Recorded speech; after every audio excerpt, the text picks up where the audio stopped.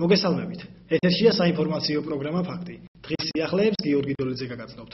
ოზურგეთის მუნიციპალიტეტის გამგეობის ადმინისტრაციულ შენობაში გახსნილი მომსახურებების სერვის ცენტრი მოქალაქეებს მათთვის საჭირო ინფორმაციას დროულად, კომფორტულ გარემოში მიაწვდის.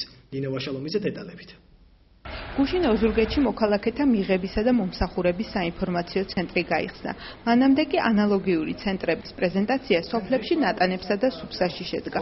აღნიშნული პროექტი ნორვეგიის თვითმმართველობათა ასოციაციის, ევროსაბჭოსა და საქართველოს თვითმმართველობათა ეროვნული ასოციაციის მხარდაჭერით განხორციელდა. მომსახურების ცენტრი, როგორც პროექტის განმახორციელებლები აცხადებენ, მოქალაქეებს თვითმმართველობის ორგანოებთან თანამშრომლობასა და ურთიერთობას გაუადვილებს, რაც დროისა და ტრანსპორტირებისას გაწეული ხარჯების დაზოგვით აისახება. ხსენებულ ცენტრში გარდა საშტატო ერთეულით აყვანილი თანამშრომლებისა, მონაცვლეობით საკრებულოს, გამგეობისა თუ სამხარეო ადმინისტრაციის სხვადასხვა სამსახურების თანამშრომლები იმუშავებენ და კომპეტენციის შესაბამისად მოქალაქეთა წერილებზე საპასუხო კორესპონდენციებს მოამზადებენ.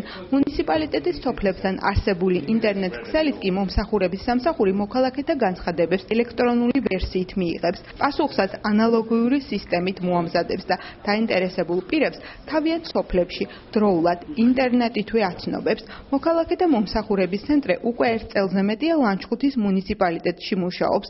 უახლოეს მომავალში კი ანალოგიური სამსახური ჩოხატაუშიც გაიხსნება. როგორც პროექტის განმახორციელებელები აცხადებენ, გურიაში აღნიშნული საინფორმაციო ცენტრის შექმნით საქართველოში ინოვატორული ნაბიჯები გადაიდგა და ის განვითარებას სხვა რეგიონებშიც აუცილებლად ჰპოვებს. თავის დროზე ეგ იყო ბატონი გუბერნატორის ინიციატივა, რომელსაც ჩვენ ასე ვთქვათ, ხარი დაუჭირეთ.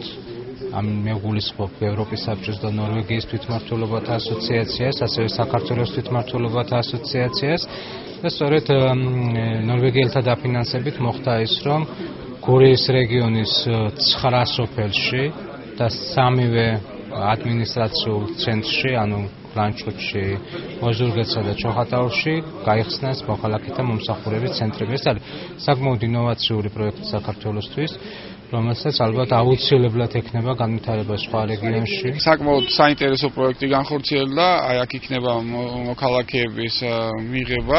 ნებისმიერ ინფორმაციაზე იქნება კომპეტენტური პასუხი, ამავდროულად იქნება ელექტრონულად ჩართული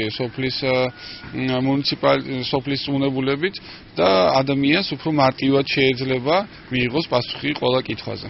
პროექტი არის ძალზე ციცოცხლისუნარიანი, პროექტი არის მომავალზე გათვლილი, თავარი ეს უპირატესობა დღეს რაც აქ გაკეთდა, ეს მოქალაქეთა მომსახურების ცენტრი, სოფლებში შექმნილი საინფორმაციო ცენტრები, აი ამათი ერთმანეთთან ურთიერთკავშირი ძალზედ გაამარტივებს მოსახლეობისათვის, განსაკუთრებით სოფლის მოსახლეობისათვის, მუნიციპალიტეტის ნებისმიერ სტრუქტურასთან, ნებისმიერ სამსახურთან კონტაქტს, ურთიერთობას. თვითონ პროგრამული უზრუნველყოფაც ისე არის მოწყობილი, რომ აი ნებისმიერი საკითხი ანულ პირობითად, რომელიც თავმჯდომარის გადასაწყვეტი არის, შემეძლება რომ აი ჩემი დავალებით მიმართული ეგ წერილი თქვა და ვერ მომზადა იმ პერიოდში კომპიუტერულად მე მომდის ინფორმაცია რომ ეს წერილი დღეისათვის გადაუწყვეტელია და შემეძლება რომ თითოეულ წინადადებაზე აქ შემოსულ განცხადებაზე მივიღოთ დროული რეაგირება რომ მოხდეს პასუხის გაცემა და რეაგირება. ანუ ვფიქრობ რომ მოსახლეობისთვის ეს იქნება აი კომფორტული გარემო, აქვე ჩატარდება ჩემს მიერ გამგებლის მიერ სხვა ოფიციალური პირების მიერ შეხვედრები მოსახლეობასთან და პირველ რიგში უნდა ვთქვა ნორვეგიის თვითმმართველობათა ასოციაციის მიმართულებით, საქართველოს თვითმმართველობათა ასოციაციას უნდა უთხრა ძალიან დიდი მადლობა, ანუ ეს არის ფორმა, რომელიც დიდად აპრობირებული არის ევროპის ყველა ქვეყანაში და ჩვენ თანდათან ვუახლოვდებით ამ ევროპულ მიმართულებას.